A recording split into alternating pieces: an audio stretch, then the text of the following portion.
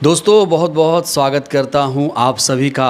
मध्य प्रदेश की Gwalior high court में अंबेडकर जी की मूर्ति लगाने को लेकर पिछले दिनों बवाल हुआ था। आपको ये खबर मालूम होगी। कहा जा रहा है कि अगर गुपचुप तरीके से अंबेडकर जी की मूर्ति वहां पर लग जाती, ये मामला इतना तूल अगर नहीं पकड़ता, तो फिर पूरे देश में या फिर देश की तमाम अदालतों में अंबेडकर जी की मूर्ति या फिर उनकी तस्वीरें लगाने का निर्णय नहीं आता। दोस्तों, दो बड़ी खबर जिसने पूरे देश का ध्यान अपनी तरफ खींचा है और इसे अंबेडकर वादियों के लिए एक बहुत बड़ी खुशखबरी के तौर पर देखा जा रहा है। खबर यह है कि अब देश के हर कोर्टों में अंबेडकर जी की मूर्ति लगाई जाएगी। वहीं मध्य प्रदेश ग्वालियर हाई कोर्ट में न सिर्फ मूर्ति लगाई जाएगी, बल्कि मध्य प्रदेश के सभी अदालतों में बाबा साहेब की तस्वीरें लगाने को लेकर एक बहुत बड़ा निर्णय हुआ है। दोस्तों, अभी हाल ही में कर्नाटक हाई कोर्ट ने एक निर्णय दिया कि प्रदेश के सभी अदालतों में अनिवार्य रूप से बाबा साहेब की फोटो लगाई जाए। और कर्नाटक हाई कोर्ट के फैसले के तर्ज पर अब मध्य प्रदेश में भी ये फैसला ले लिया गया है। सबसे पहले दोस्तों, ये हेडलाइन आप देखिए। मध्य प्रदेश की सभी अदालतों में लगेगी अंबेडकर जी की तस्वीर। सरकार ने बनाया ये प्लान, अनिवार्य कर दिया गया है। कहा जा रहा है मध्य प्रदेश की सभी अदालतों में अब डॉक्टर अंबेडकर की तस्वीर अनिवार्य की जाएगी। प्रदेश के विधि विभाग ने इस संबंध में हाई कोर्ट को पत्र भेजकर कोर्ट रूम में तस्वीर लगाने की मांग कर दी है। तो कहा जा रहा है कि अब ना सिर्फ ग्वालियर हाई कोर्ट में अंबेडकर जी की प्रतिमा लगेगी, बल्कि प्रदेश की सभी अदालतों में कोर्ट रूम में बाबा साहेब की तस्वीर लगाना अनिवार्य कर दिया जाएगा। और जैसे ही ये खबर आई दोस्तों, जो मनुवादी थे वो इसका विरोध करने लगे। एक एग्जाम्पल मैं आपके सामने रखना चाहता हूँ स्वामी आनंद स्वरूप का। देखिए आनंद स्वरूप ने क्या लिखा है एक्स पर। कोर्ट की गुंडागर्दी नहीं चलेगी।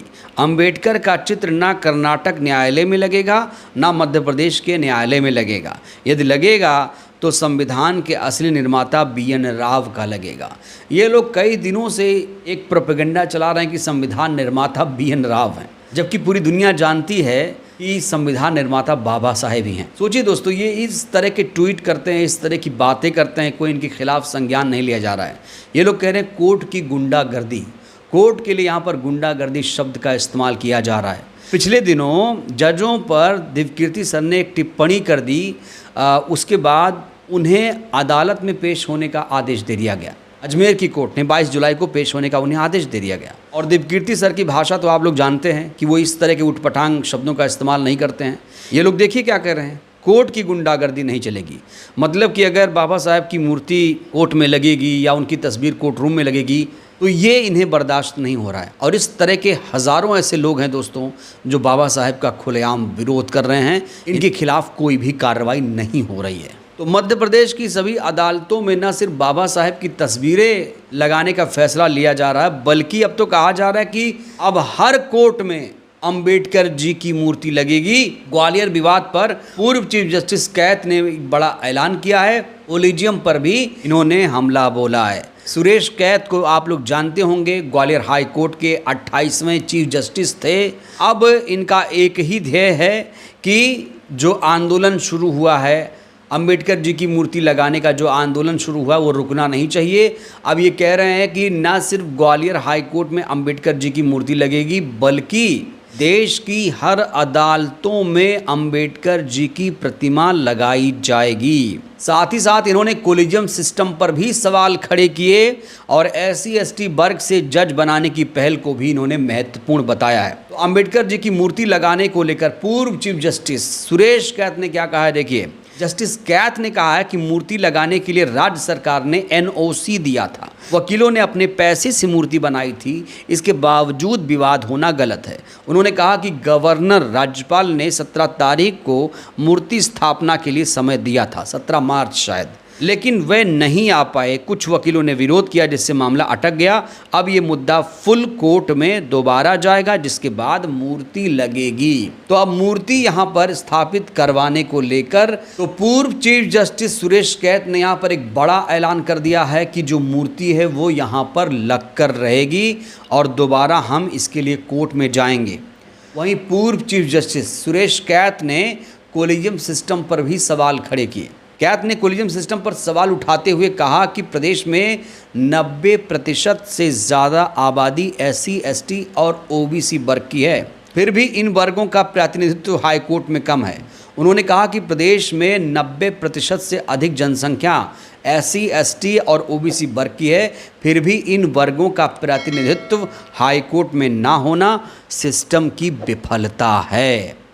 तो यहाँ सीधे तौर से कोलिजियम सिस्टम को कसूरवार बता रहे हैं पूर्व चीफ जस्टिस सुरेश कैत, और कह रहे हैं कोलिजियम की वजह से ही जो बहुजन वकील हैं वो जज नहीं बन पाते हैं, सुप्रीम कोर्ट, हाई कोर्ट में चीफ जस्टिस नहीं बन पाते हैं, और ये कोलिजियम का ही दोष है। कोलिजियम को लेकर इन्होंने साफ तौर से सवाल खड़े किया कि कोलिजियम में भाई भतीजावाद ज़्यादा है, इसलिए बहुजनों की जनसंख्या ज़्यादा होने के बावजूद भी इन वर्गों का हाईकोर्ट में प्रतिनिधित्व बहुत कम है। तो SC, ST वर्ग से न्यायाधीश बनाने की ज़ोरदार पहल कर रहे हैं जस्टिस कैत ने कहा कि उन्होंने SC और ST वर्ग से न्यायाधीश बनाने की पहल की थी।